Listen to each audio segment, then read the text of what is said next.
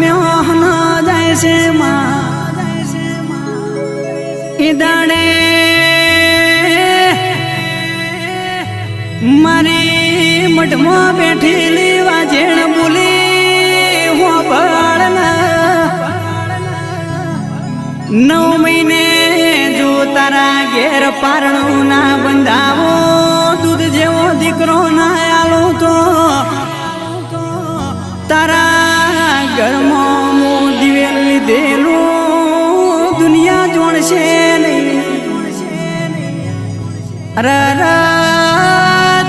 મેણા મારેલો છે એના મોઢે તારો વખણ ના કરાવું તો તારા મોઢમાં